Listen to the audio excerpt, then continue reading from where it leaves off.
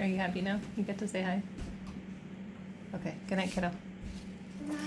Hey guys, this is week 2 of social isolation. I hope you are doing well and that you are healthy and that you are, I guess, looking forward to doing something other than watching Netflix. Not that there's anything wrong with that, I suppose, but yeah, thought we'd wake up your brain a little bit.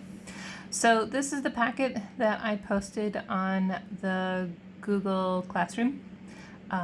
Good job finding Google Classroom, by the way, through word of mouth, and continue to get the word out there to your friends too. I think there's about 100 of you, so that's a good number. So I'm just going to talk through this packet. It's not going to be really anything more than what the packet says. Just a little extra support for kids who do better with the auditory or maybe with a little explanation.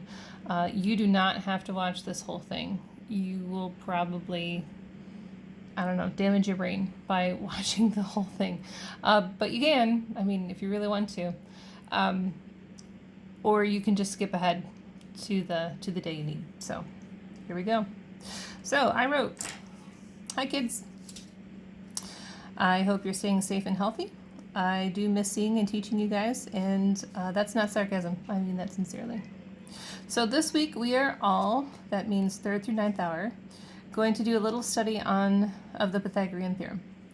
This unit is a lot more fun than the others, but we don't often get to all the activities because we're always rushing through to get to other important math. So I thought you might enjoy this lesson series as much as you can enjoy math, that is. While I understand that these activities are not for points for now, that might change, these skills are extremely beneficial to you, especially when you go on to take IR, ACT, SAT, whichever the high school does. And 3rd and 4th hour kids, this will be on the proficiency test, so you need to learn it now while you have the time. I'll try to make sure each day's assignment is clear and doable. Of course, if you have any questions at all, Saipo, don't hesitate to contact me through email. I said this in my other video. I have not prepared lessons on Pythagorean Theorem online yet. This is not a lesson that's been posted already. And the worksheets and the notes haven't been made for that section yet. So you guys are the first ones getting this content. So if anything is unclear, that could be on me, trying to teach you this stuff from home for the first time. So please don't hesitate to contact me because I'm relying on your feedback to know if this is okay or if it's garbage. Okay. All right, so just an aside, if you want or need any worksheets or redos or notes or anything that you may have left at school, you can still be working on all of that old stuff during this break. That's totally fine. Send me an email so that I can attach whatever it is that you need. And so here's my email address. I put it in here like 42 million bajillion times, but there's one. Okay. So day 1, and P.S. for the days, you don't have to do like day 1 on Monday, day 2 on Tuesday, day 3 on Wednesday. You can do it however you want. The world is your oyster. Just do it as you want. Go for it. Okay. So the first chunk says, I've missed you guys and I want to know how you're doing. Today's assignment has little to do with math. I just want a chance to check in on you and to see how I can help you learn the most while we're apart. So today I would like for you to send me an email at, we should keep track of how many times I put my email in here, to answer as many of the following questions as you'd like. So if you don't want to answer some of these questions, then don't, okay? Don't worry, I won't take off points for spelling or grammar. So how are you doing in general? How's this social distancing going for you? How have you been spending your time? Have you been able to include schoolwork into your schedule? Obviously last week was spring break, so I didn't really have an obligation to do schoolwork last week. Are you able to access the internet easily? Obviously, you're sending me this message over the internet right now, but was it hard for you to be able to do that? And how do you access the internet from home? Do you use a laptop, a tablet, or a phone? This helps me know how to write your lessons. So it's a lot different if you're reading this stuff on a phone than if you're reading it on a laptop. Can you watch YouTubes on video if I post them? And do you have a functioning printer that is available to you? Okay. How did the last math packet go? Was it too easy or too hard? How much of it were you able to complete? How much time did it take for you to complete your work? Is there something you would like more of, or have you had enough of the puzzles? You're not going to hurt my feelings. If you've had enough of them, that's great. If you like them and you want more of them, that is also fine. I'll see if I can throw in some variety there for you. So, also, did you take home your math binder? Do you have a calculator that you can use from home? If you don't, include that in your email, because there's a website for a scientific calculator that you can use at home. Third and fourth hour, do you have your textbook? As it turns out, I don't think you need your textbook right now. So if you don't have your textbook, don't freak out. If you do need it in the future, I'll just take pictures of the pages and send them to you. So the Pythagorean Theorem has to do with side lengths of right triangles. So do you have something that you can use to measure length with, like a ruler or a yardstick or a tape measure? If you don't, again, let me know, so that way we can get you going. Oh, excuse me. Sorry. So that way I can help you maybe figure something out there. And what can I do to help you in general, or with math, or with anything, right? Because I care about you guys and I want to make sure you're doing all right. So for your daily bonus, take a picture of an example of how you've used math around your house over the break and attach it to your email. I'm looking forward to seeing your creativity. I've had some great responses already, for sure. You do use math in your daily life. Our example was this real life situation.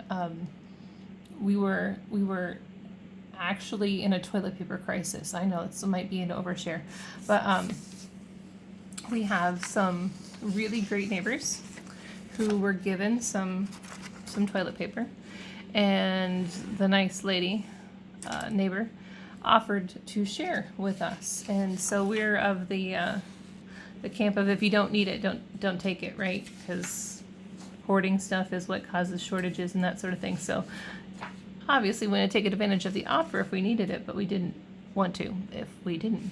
So I had to do some math. I had to count how many rolls we had left. I had to calculate about how long our family can last on a roll. And then, surprisingly, I was able to find some Charmin on Amazon Prime. Is going to be here on April 15th. Don't steal from my house. Don't steal my toilet paper from my house. There are children here. Child here. Anyway, so I had to math it out to see if we were going to get by on our toilet paper, to see if I should take my neighbor friend up on her offer or not. So turns out we're gonna make it to like April 14th, the day before the toilet paper comes in. So I might have to go beg my neighbor, but I think we're gonna be okay. I have the boys in the house on conservation, so I think we're gonna be okay. So too much information, but anyway, if I were doing the daily bonus, perhaps I'd take a picture of my toilet paper tower for you, but I don't think you want to see my toilet paper. So yeah, okay. Day 2 or section 2 or part 2 or whatever. Okay, so who is Pythagoras? This again isn't super mathy, but I think it's super interesting. You'll never be tested on this stuff, but I think it's some of the more interesting parts. So here we go. So read the following short chapter from the book, Historical Connections in Mathematics. That is this guy here. And I apologize, the print quality is garbage, but I had to rip it off from the secret interwebs. I do legitimately have a copy of it, but I don't have anything with me at home. Okay. So there are some surprising things to learn about Pythagoras. For example, Pythagoras was so desperate to teach math that he paid a young boy to be his first student. Sounds kind of creepy. Sorry, I need to zoom out. There we go. Okay, so here's your assignment. Pythagoras has a bizarre story. Send me an email to share what you thought was the strangest fact about Pythagoras. There's many to choose from. If you'd like to read more about Pythagoras, you can read this chapter of a great book called Mathematicians Are People Too. And so this is the link for you to go to that chapter if you want to. It's real short. If you want to buy the whole book, if you're like looking for something to do, it's on Amazon, and you can read other stories about other famous mathematicians. So if you just are really interested in the crazy stories of frankly crazy mathematicians, that might be something that interests you. So cool. So for your daily bonus, watch the first 3 minutes of this very entertaining video about Pythagoras. It really is truly very entertaining. If this link doesn't work, you can search for What's Up with Pythagoras on YouTube. If you choose to watch the whole thing, please know that it goes far beyond today's expectations. So it might be confusing, and that's okay. This video also goes by ridiculously fast, so you might have to watch it once or twice to catch it all. The girl who does it's pretty funny, or I mean, you don't have to watch it if you don't want to, but I think it's kind of funny. It might actually be funny to go back and watch it after this whole unit too, to see how much you have learned. So let's move on. So here is the article or the chapter or whatever. I don't know if you noticed, but there is an English file and a Spanish file. I typed out this whole bad boy in Google Translate. I even ripped off the pictures and everything, and I did another document. So if you prefer this thing in Spanish, that's totally fine. However, just know that there might be translation errors because I know some Spanish, but not a lot, not enough to catch errors. So please forgive me. Okay, so this is chunk 3. Wednesday if you want, or whatever you want to do. Okay, so this is for the Pythagorean Theorem, and we're going to find the hypotenuse. That's how you say that. Hypotenuse. Hypotenuse. You don't know what that is, and that's okay. That's my job to teach you. Okay. So today we'll start learning the naked math approach to Pythagorean Theorem. So I'm going to stop here. There are 1,000,002 different ways to approach this topic and lots of different orders that you can go through it. This is not the order that I would typically use, but I'm teaching you from my kitchen table, and it's not ideal. So this is what we're going to do, okay? So later I'll explain why it works. In normal class, I'm repeating myself, we wouldn't approach it this way, but it seems to be the most direct approach for kids learning from home. So here is the most essential information for today. The Pythagorean theorem can only be used with right triangles. These are triangles that have a 90-degree right angle. So I have some examples of triangles here. Okay. So a right triangle has this squared off corner, right? So it's 90 degrees, straight vertical, straight horizontal makes that angle there, okay? Now it can face other directions. Let's pretend that's 90 degrees, right? It could even be at an angle. It's getting sketchy. All these could be right angles, assuming that they were perfectly 90 degrees, and I'm sure they're not perfect, but okay. So not like this. This is an obtuse angle. See how this is bigger than 90 degrees? 90 degrees would be like something like this, right? It's not that. This is an acute triangle. All of the angles are smaller than 90 degrees. So again, not 90 degrees. So these are not right triangles. So Pythagorean theorem only works for right triangles. Okay? So if you are trying to find the side length of a triangle That is not a right triangle. This is not how you do it. Okay? You need to use a right triangle. Okay. This is the Pythagorean Theorem. A squared plus b squared equals c squared. This might be an equation you can rattle off when you're like 30 years old. When you're old, you can tell your kids, I remember when I was locked up in my house for 2 months, I learned the Pythagorean Theorem. And maybe that's the traumatic thing that's going to get this stuck in your head long term. Who knows? Anyway, a squared plus b squared equals c squared. We don't know what that means yet, and I still haven't taught you what a hypotenuse is yet, so don't worry. I'm going to explain that to you. Okay. So A and B represent the legs, and those are the two sides that make up the right triangle. So here's an example here. Okay. See this here? This indicates the right angle. Okay.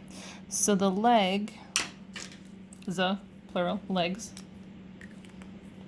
are the two sides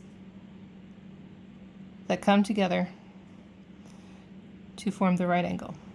So that these two are the legs here. In this case, these two are legs.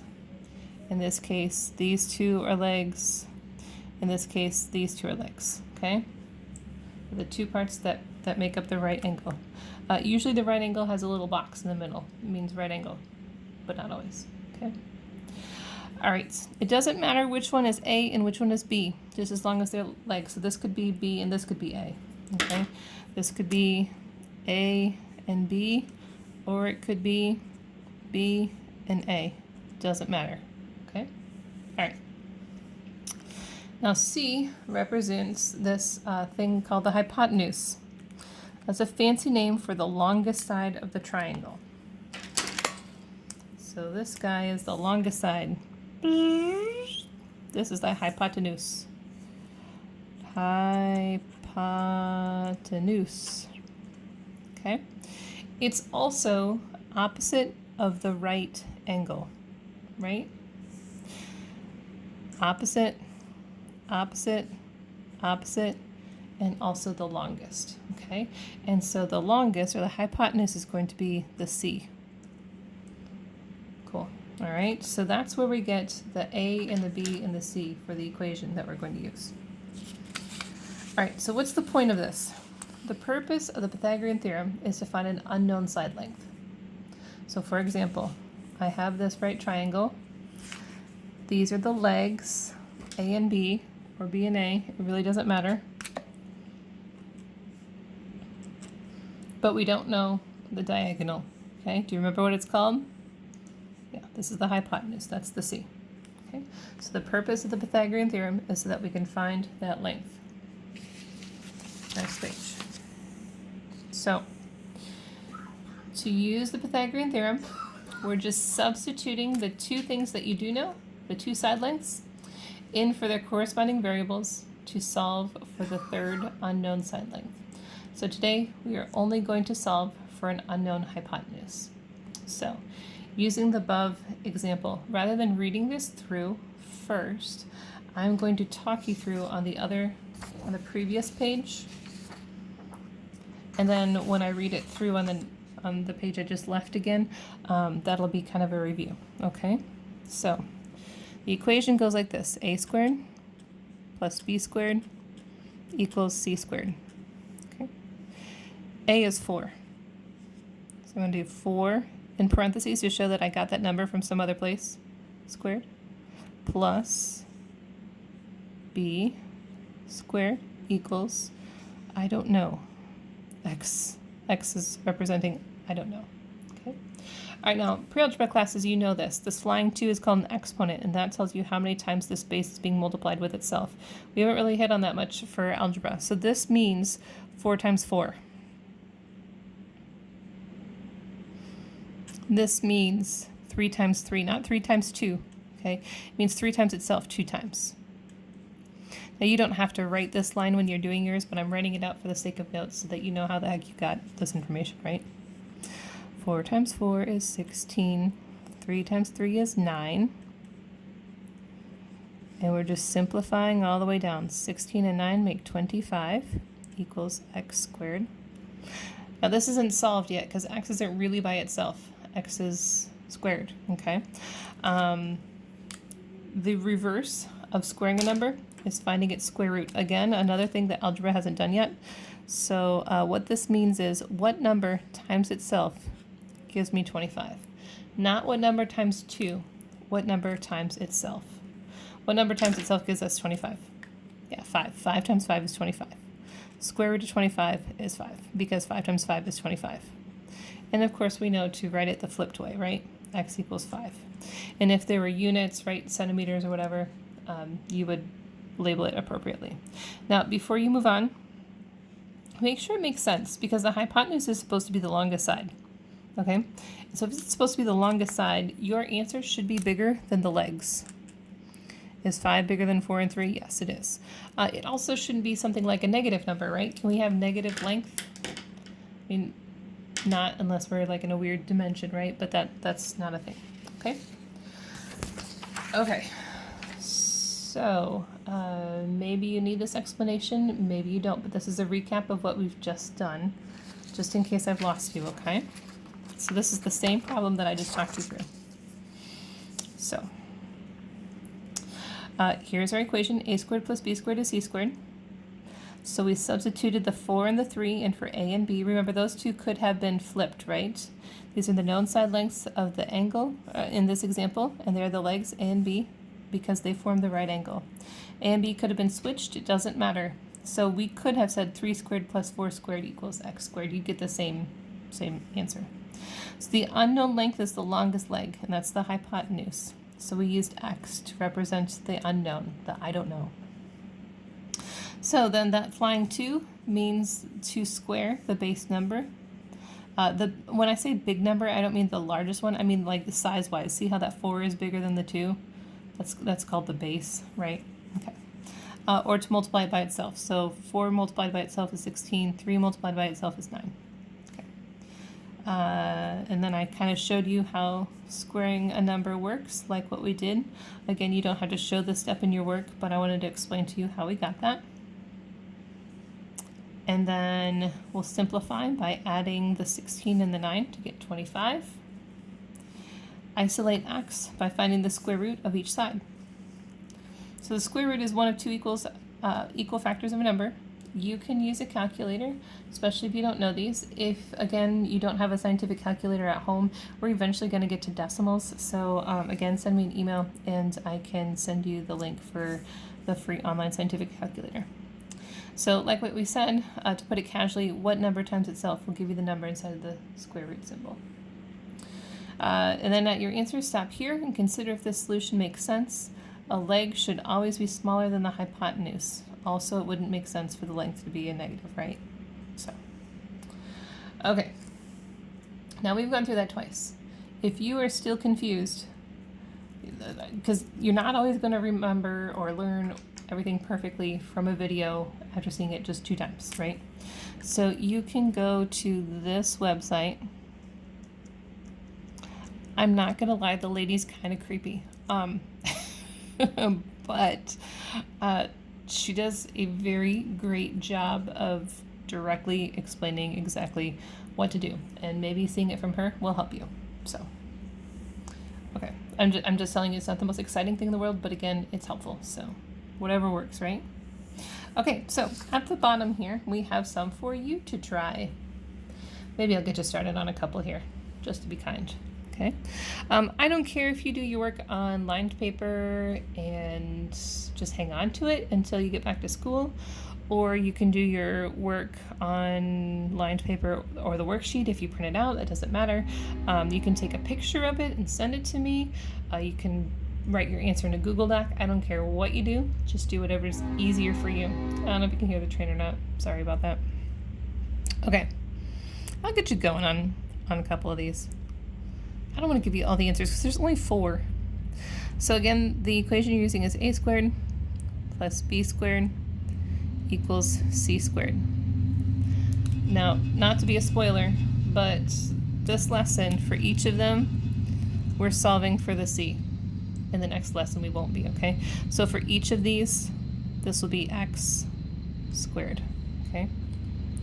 So that means the known lengths are going to be this A and B. It doesn't matter, it could be B and A, right? Doesn't matter. So for example, in this first one, A squared would be 5 squared plus 12 squared equals x squared, okay? Simplify that, add them, and find the square root. I believe that these all come out as whole numbers.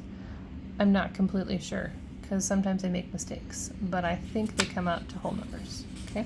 If you get stuck on this, send me an email. There's the email address, okay? Don't be proud.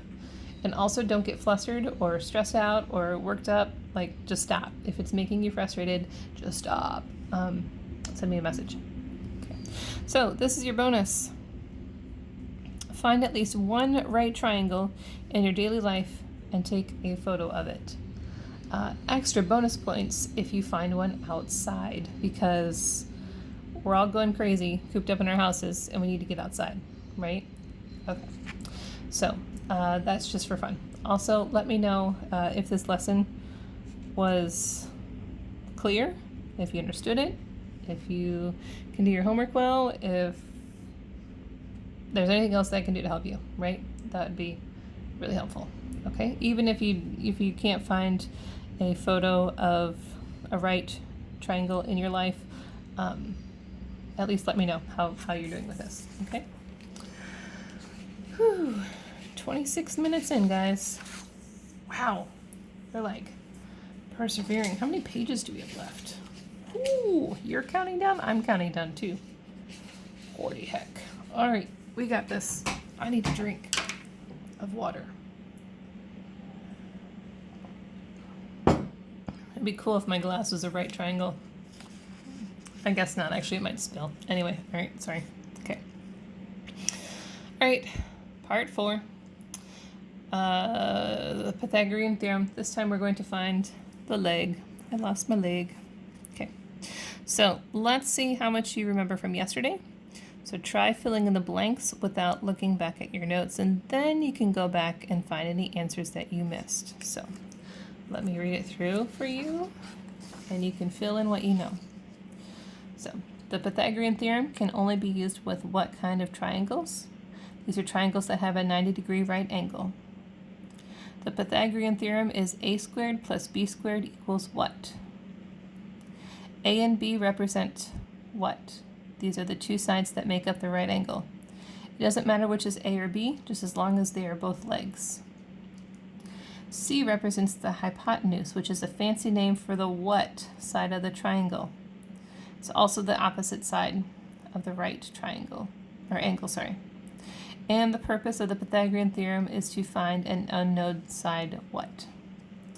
And to use the Pythagorean Theorem, do what? The two known side lengths in for their corresponding variables to solve for the third unknown side length. Today, we are only going to solve for an unknown leg. Yesterday it was hypotenuse. Okay, take a second, pause me, take a break from my voice, fill in the blanks. Then don't just wait for me to fill in the blanks for you. That's lame. Okay, challenge yourself. Okay, did you do it? Sure you did. Hopefully you did. Okay. Pythagorean Theorem can only be used with right triangles. It is a squared plus b squared equals c squared. A and b are the legs. Pureness. C is the hypotenuse, which is the fancy name for the longest. Is this going to fit? Longest. Apparently I can't count my blanks, sorry. Let's see. The purpose is to find an unknown side length. And to use the Pythagorean Theorem, we're going to substitute the two known lengths in for the variables to solve for the unknown. Good. Hope you got it right. Okay, so here we have another example. Okay, So remember that the legs A and B are the two sides that form the right angle. So this and this form the right angle, so those are A and B. And I can do B and A or A and B, it really doesn't matter, okay? So in this case, the legs are 12 units long and an unknown units long. The hypotenuse is the longest side. It's the opposite of the right angle. In this case, the hypotenuse is 20 units long. Okay. All right, just like the previous one, I will talk you through this, and then we'll look at the notes to kind of re-explain what we've done. Okay, so we have a squared plus b squared equals c squared. Or instead, 12 squared plus I don't know squared equals 20 squared. 144 plus x squared equals 400. Ruh-roh, what now? Okay, remember we're trying to get x by itself. This is a positive 144. The reverse of a positive 144 is a negative 144. What I do on one side, I do to the other. So I'm left with x squared equals 256, I think. Haha. Sorry, that was embarrassing. And then, hey, that was mental math, okay? And I haven't worked in like 2 weeks, so give me a break. The reverse of squaring a number is finding its square root. What I do on one side, I do to the other. And the square root of 256 is, do you know it? Do you know it? 16. Okay. And then, of course, does it make sense? Okay. Is 16 less than 20? Yes. Is it logical? Is it positive? Yes. Okay. So let's talk this through in case that wasn't helpful. Okay. So again, A and B could have been switched, but in this case, I used 12 for A. It doesn't matter. You could have said A squared plus 12 squared equals 20 squared, and that would have been the same thing. The unknown length, for our case, that's B. We used x to represent the unknown. So we did the 12 squared, which is the same as 12 times 12. There's our x squared. 20 squared is not 20 times 2, it's 20 times itself, or 20 times itself twice. And so we get 144 equals, 144 plus x squared is 400. Okay. Subtract off that 144 to cancel out. Subtract from each side. X squared is 256, or what number times itself will give you 256. Find the square root of both sides. Isolate x by finding the